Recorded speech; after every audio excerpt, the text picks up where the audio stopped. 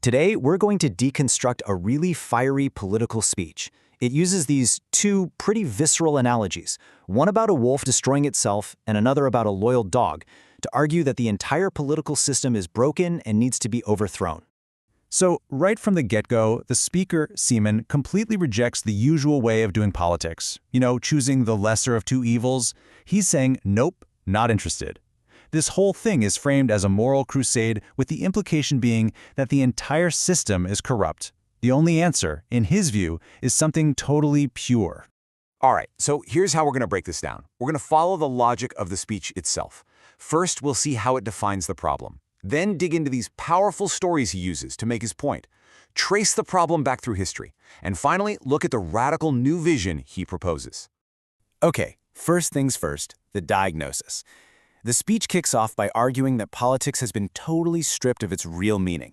It's no longer about serving the public, it's just become a corrupt business. And here's the core of that argument. The idea is that this whole system turns democracy into just another marketplace.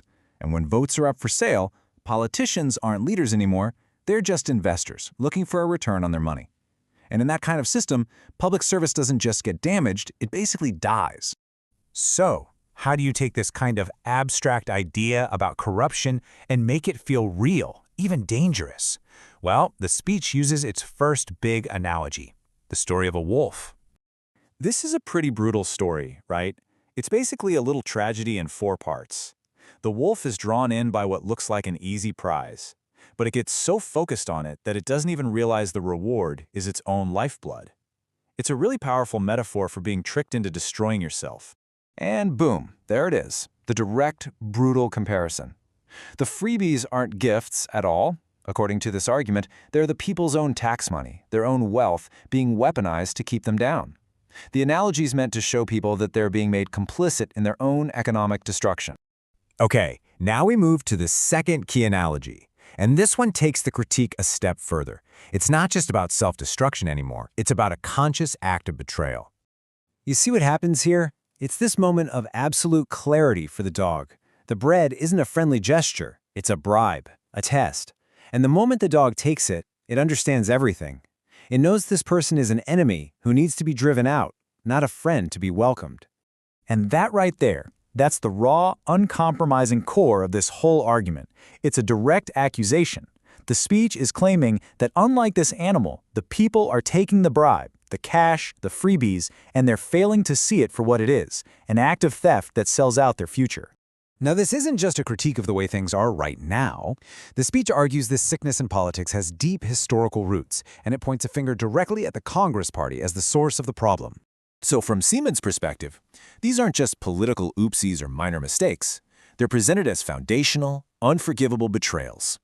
By bringing up these specific events, the speech builds this historical narrative of grievance, painting each decision as a deliberate attack on the Tamil people's land, their rights, and their lives.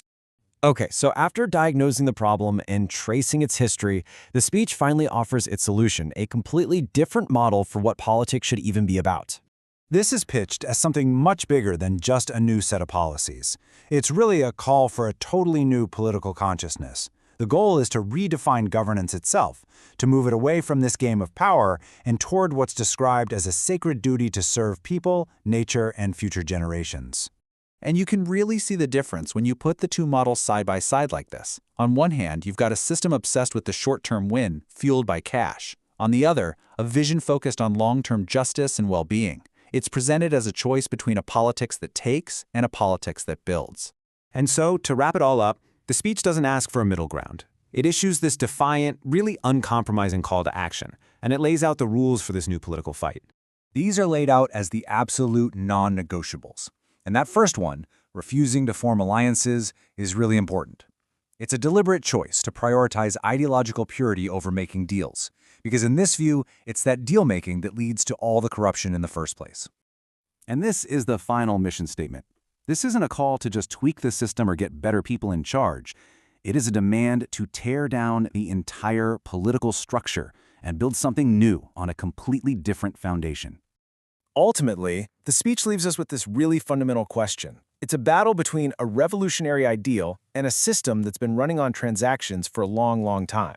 It makes you wonder, can it appeal to conscience, really triumph over an appeal to the wallet.